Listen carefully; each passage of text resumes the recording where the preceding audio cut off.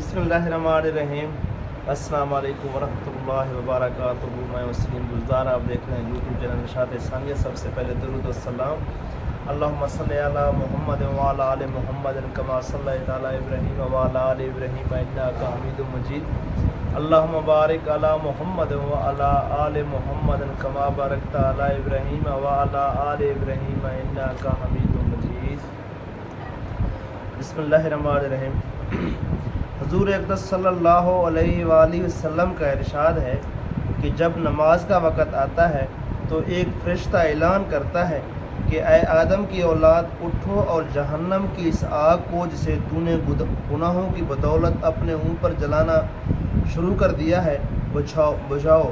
چنانچہ دیندار لوگ اٹھتے ہیں، وضو کرتے ہیں، ظہر کی نماز پڑھتے ہیں، جس کی وجہ سے ان کے گناہوں کی صبح سے ظہر تک کی مغفرت کر دی جاتی ہے۔ اسی طرح پھر عصر کے وقت، پھر مغرب کے وقت، پھر عشاء کے وقت۔ ہر نماز کے وقت یہی صورت ہوتی ہے۔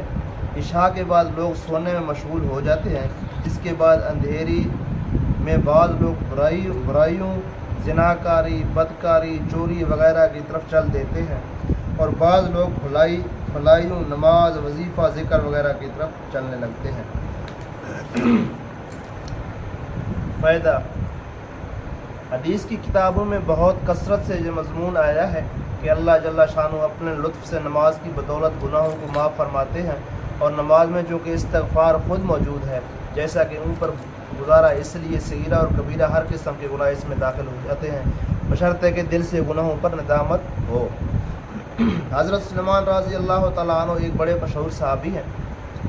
وہ فرماتے ہیں کہ جب عشاء کی نماز ہو لیتی ہے تو تمام آدمی 3 جماعتوں میں منقسم ہو جاتے ہیں۔ ایک وہ جماعت جس کے لیے یہ رات نعمت ہے اور کمائی ہے اور بلائی ہے، یہ وہ حضرات ہیں جو رات کی فرصت کو غنیمت سمجھتے ہیں، اور جب لوگ اپنے راحت و آرام اور سونے میں مشغول ہو جاتے ہیں تو یہ لوگ نماز میں مشغول ہو جاتے ہیں۔ ان کی ان رات کے لیے اجر و ثواب بن جاتی ہے۔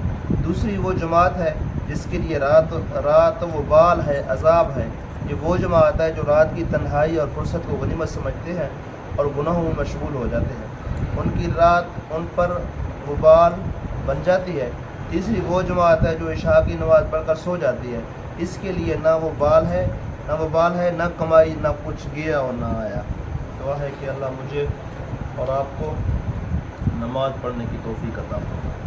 بسم اللہ الرحمن الرحیم۔ الحمدللہ رب العالمین الرحمن الرحیم مالک یوم الدین ایاک نعبد و ایاک نستعین اہدنا الصراط المستقیم صراط الذین انعمت علیہم غیر المغضوب علیہم ولا الضالین آمین۔ بسم اللہ الرحمن الرحیم۔ الحمدللہ رب العالمین الرحمن الرحیم مالک یوم الدین ایاک نعبد و ایاک نستعین اہدنا الصراط المستقیم صراط الذین انعمت علیہم غیر المغضوب علیہم ولا الضالین آمین۔ بسم اللہ الرحمن الرحیم۔ قل هو اللہ احد اللہ الصمد لم یلد ولم یولد ولم یکن له کفوا احد۔ بسم اللہ الرحمن الرحیم۔ قل هو اللہ احد اللہ الصمد لم یلد ولم یولد ولم یکن له کفوا احد۔ بسم اللہ الرحمن الرحیم۔ قل هو اللہ احد اللہ الصمد لم یلد ولم یولد ولم یکن له کفوا احد۔ بسم اللہ الرحمن الرحیم۔